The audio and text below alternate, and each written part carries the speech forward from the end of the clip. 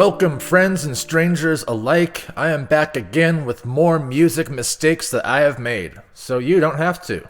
This time we're going to talk about practicing bad habits, or rather, how to avoid practicing bad habits. So this lesson counts for every aspect of being a musician, whether that's playing your instrument, whether that's recording your songs, whether that's marketing yourself on the internet, or performing your songs live. There are mistakes that we are all bound to make. This is natural and pretty much so unavoidable, but the important part is that we recognize these mistakes early on and we don't turn them into habits. So let's begin with the very most essential part of this whole thing, which is the actual playing of the music. One of the biggest mistakes that you can make early on that is the easiest to become habit is practicing bad posture with your instrument.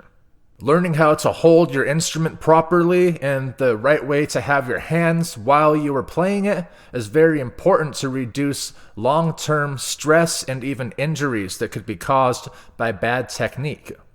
And it really may seem like a trivial detail when you're first starting out on your instrument, but let me tell you from experience, after you practice doing it the wrong way for 10 years or longer, you're really going to start feeling it. I end up getting a lot of pain in my forearms, especially in the wrist area, right along here, from playing too much guitar, or cramps in the hands, especially on the fretboard hand. The left hand tends to get very tight and very tense for me after I play a lot of guitar, especially after I play a lot of bar chords. So whatever it is that you play, piano, guitar, violin, doesn't matter, every instrument has a proper way that you're supposed to hold it. And if this is new information to you, I suggest that before you go any further, you go and you learn the right way to hold your technique, the proper angle to have your arm and your wrist and your fingers, everything about it. I'm not going to go into a whole lesson about it here in this video because I know that the information is readily available. If you do a search for whatever instrument you play, you should be able to find an exact guide on the proper posture and the proper technique. Another thing to note about that before we move on is it's not just about how you sit and it's not just about how you hold the instrument too. I know that for guitar and bass and any other string instruments, another thing that can really be a big stressor on your hands, especially long term, is if you're pushing down too hard on the fretboard. I know when you're a beginner, it's easy to put as much pressure as you can into holding down those notes onto the fretboard, because if you don't push down hard enough, then it does not make a full and clear tone. So you want to push it down really hard at first so it sounds right, but then you're also doing harm in the other direction. So it's kind of hard to find the balance between pushing down too hard and not pushing down hard enough on the strings while you're playing. But if you don't find this proper balance, it can also lead to other sorts of issues later on in life, such as carpal tunnel, joint pain in general. It's all bad news. So we will learn to recognize these bad habits, and we will make it a point when we're practicing, and if we accidentally slip back into our old habit, that we instantly and immediately practice it the correct way instead, until that becomes ingrained. You want to correct the mistakes in posture or technique before they have a chance to become habit. Some people will say that you can't teach an old dog new tricks or whatever, but in this case, I think that it's never too late to start practicing the proper technique and the proper posture.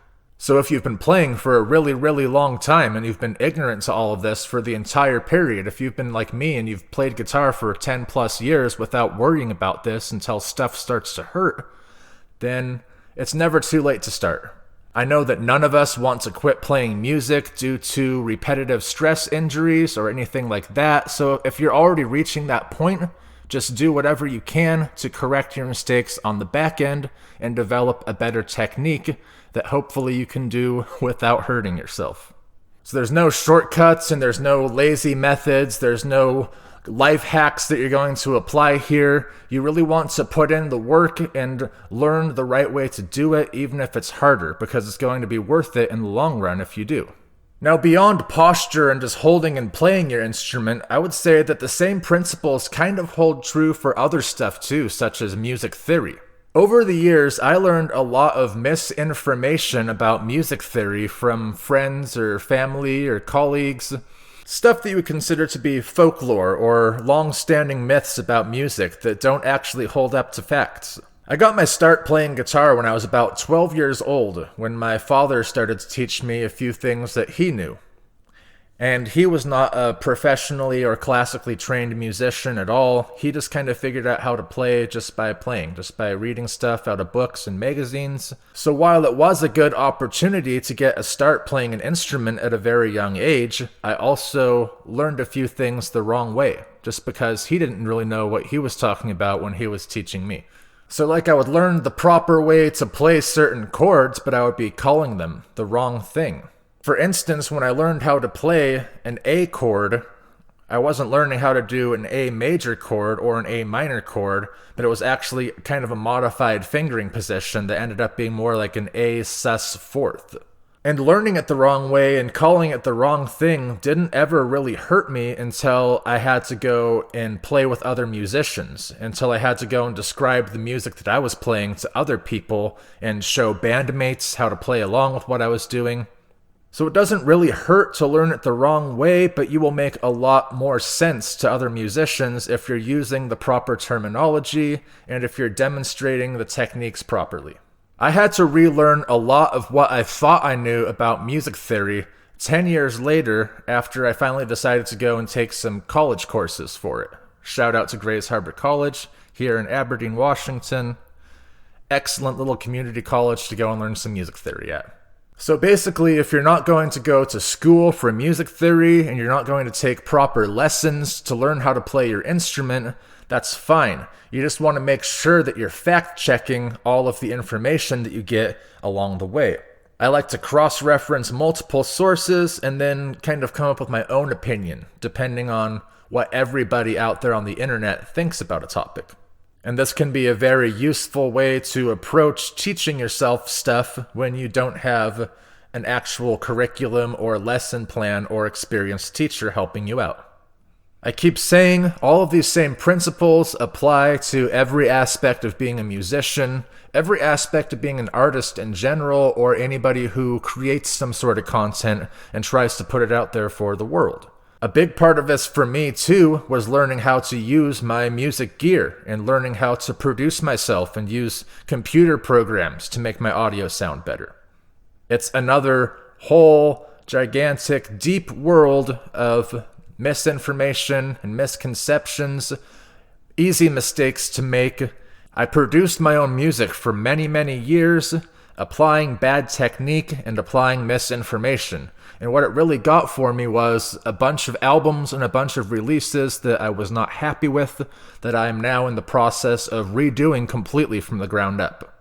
So along with knowing what your gear does and how it functions, as well as avoiding misinformation and folklore, it's also very important to develop a good ear and to use reference tracks. So you're referencing your mixing and mastering skills alongside those of your favorite artists, alongside the artists who share the same genre with you. Now this is where the creative world, and especially the music world, starts to get a little bit more esoteric and a little bit more confusing. Because having a good ear or having a not good ear is very much so a matter of opinion. It's a matter of what style you play. It's a matter of what your personal tastes are. It's a matter of what the taste of your audience is or the audience for your general genre. Having someone who has a lot of experience in the matter show you how to do it the right way or to give you pointers or feedback can be absolutely invaluable when it comes to developing a good ear. I really and truly honestly thought that I did have a good ear and that the music that I was producing sounded good to me. But then after I went and I learned more and after I produced more and more songs, then I go back and listen to the stuff that I did like 10 years ago and it's pretty much so unlistenable. Looking back on it with the experience that I have now, I cannot believe that I made some of the decisions that I made back then with my, quote, informed ear. There's really no substitute for applying the techniques in real life, applying some trial and error, and just seeing what the result is from doing a lot of different types of production techniques. And again, so much of it is based on opinion and taste, so learn from many different sources, cross-reference, and form your own opinion about it. And eventually, if you do this enough, then you will develop your own style, which I think is what a lot of us are going for, and a lot of us try to force it at first. But I think that having your own style really comes from just being around the block enough times. Getting that hands-on experience, deciding what works for you, what doesn't work for you, what sounds good to you, and what doesn't sound good to you. And remember to try to look for these patterns of things that don't work, look for them early on in the process and try to eliminate them before they become ingrained into habit. Anyway, that's all I have for this time. I hope this video was helpful, and thank you all so much for watching. It'd be really cool if you do all the things like the likes and the subscribes and whatnot, and I hope all you have fun out there.